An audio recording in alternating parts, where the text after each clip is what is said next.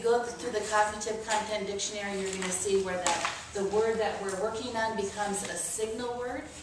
And so the use of repetition with this high-level vocabulary is really effective.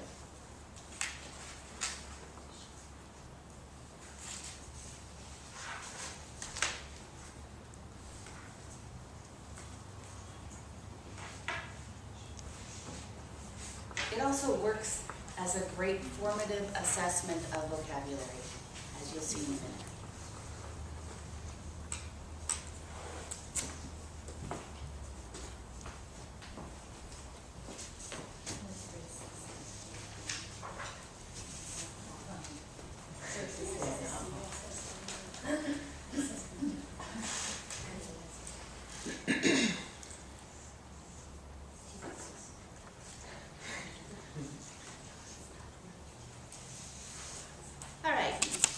And so before we actually get to cognitive content dictionary, we need to get into our numbered heads groups. And so if you could, in your group, there should be 4 of you. And in your group, decide who's 1, who's 2, who's 3, and who's 4. And if you don't have a group of 4, make a good decision, solve that problem.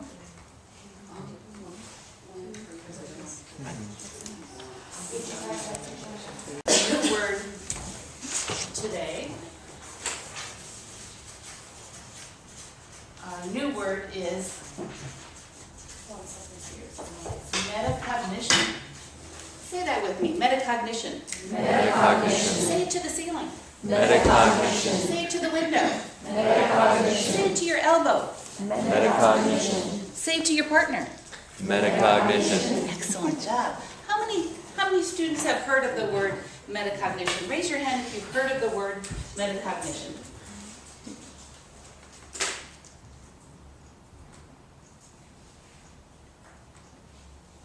Great, so 11 people have heard of the word.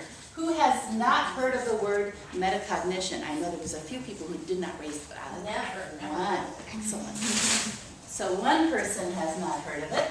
And so we're going to be working on this word metacognition. And what I want you to do in your group right now is come up with a prediction as to what the word metacognition means. Put your heads together, please. Every group is ready with a definition of metacognition, a prediction? Do you guys need some more time back there? We're ready. All right, here we go. I'm going to start with this group right here, and I'm going to pull a spoon. Is everybody agreed on the definition? Yes.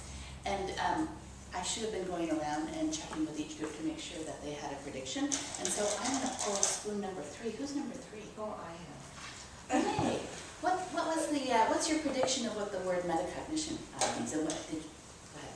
We said that it means thinking about your thinking. Thinking about your thinking. And how did your group come up with that definition? Background knowledge. You used background knowledge.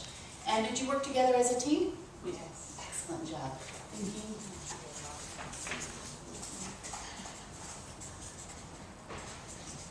And I'm going to go to the group back there. I'm going to pull my spoon. And is it 1 or 2 else? Thoughtfully thinking.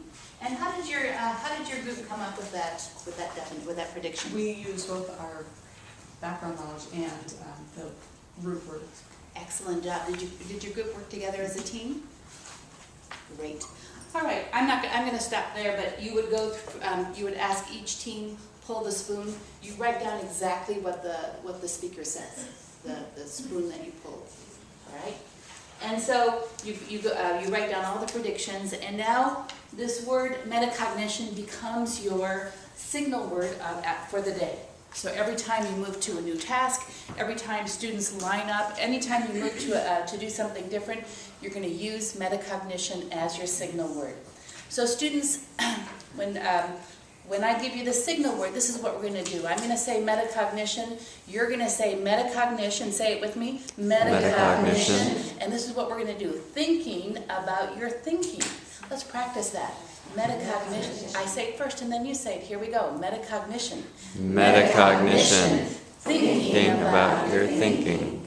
So this becomes your signal word, all right? And you've set it up. You've decided on what your synonym or short definition is going to be, as well as some gesture that goes with that word.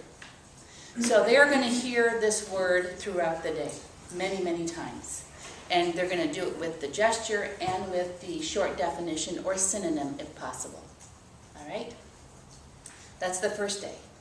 And then you're going to go back and process the word the second day. And this is how you process it. So students, yesterday we talked a lot about metacognition. One more thing, when you choose one of these words, you have to make sure that during the day or during that lesson, students are going to see this word, they're going to be interacting with this word. It has to be a purposeful choice of word here.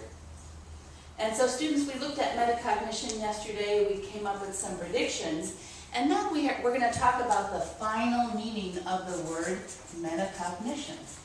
And so what I'd like you to do is put your heads together and come up with a final meaning of the word metacognition. Go ahead and put your heads together.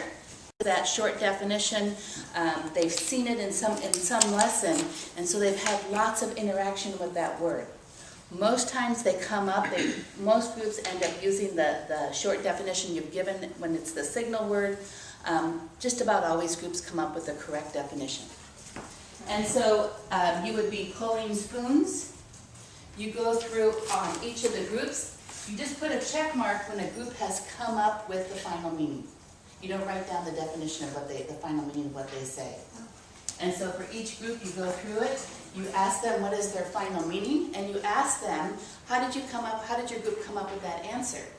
And they will say, we saw it in the book yesterday, it was part of our signal word, something like that. But you're getting them thinking about how they came up with that final meaning. After you've gone through each group, you do your own, you give the final meaning from the dictionary. So I looked it up in dictionary.com or tell them the name of the dictionary, and I found that metacognition means thinking about one's own thinking. Here, after you do the dictionary definition, you will write down the word in Spanish or Russian if you know it, any other languages in your classroom, and then you're going to do some kind of sketch to help students. I'm still doing stick figures, and so some sketch to help students remember what that word means. Angie? What if their prediction is wrong? Do we still write it up and have it up all week? Uh-huh.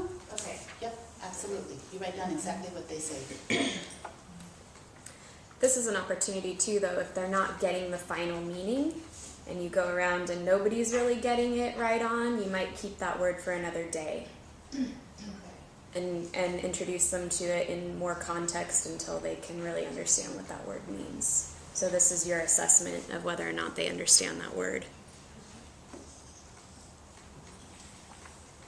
After you do the dictionary definition, the word translated into whatever languages are in your classroom, and make sure you know if you don't speak that language, you don't have to put the word up there.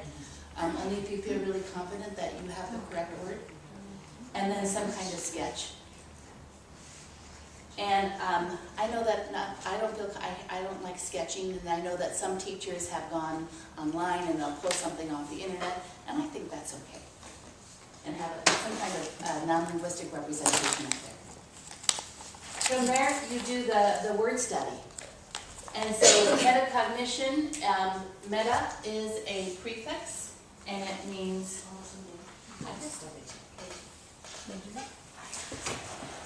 I heard some, is that higher? It's higher, okay. So meta is a prefix, and it means higher. Cognition, or actually the root word here is this part, and it means knowledge. And this suffix makes this into a noun. And often you can also talk about this comes from the Greek. Kids love it when you talk, we were doing some words that, come from 1,000 years ago or something. They love that type of information. Mary? This is where that site www.etymonline is so perfect, and the kids, the higher level kids, even learn to use, all the kids learn to use it. ETYMonline.com. Great. I've used dictionary.com, and they also do some word study there. Anybody else have some great websites? All right, so from there you go to an oral sentence,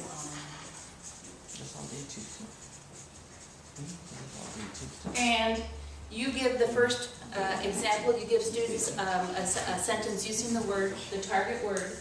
Make sure your sentence is a great model. It's complex. Uses lots of other high-level vocabulary that they've been working on. You give them the model. They put their heads together. They come up with their own sentence. And then you pull spoons, and you just put a check mark here as groups give you their oral sentence. Did you write it? No. You just put a check mark that the group came up with a sentence. You have a sentence for that? I'm trying to think of a sentence for that. So when I'm getting ready for a test, when I'm in the process of taking a test, I use metacognition to check my answers. Okay, I know, it's hard. Your turn. Yeah. So this is the Cognitive Content Dictionary. Kristen, did you want to add anything? Just as the students get really familiar with this process, they'll start taking ownership of it, and students will volunteer to do the sketching, and they'll want to look up the definition in a dictionary or online, and they get excited about the word study piece of it. So it's really powerful. And then they end up using a lot of that word study as you go through different words, when they're in their groups trying to predict what the word means. Do you want to address how many words to do at a time? Yeah, I was working with Alicia Farmer last year in 6th grade. We were doing our unit on ancient Egypt, and we ended up choosing a new word every other day. This takes quite a bit of time, actually, and we chose some vocabulary that we thought was fairly difficult, and it just gave them more time to be thinking about it and to have interaction with it. So a lot of it depends on your class. So is this, what is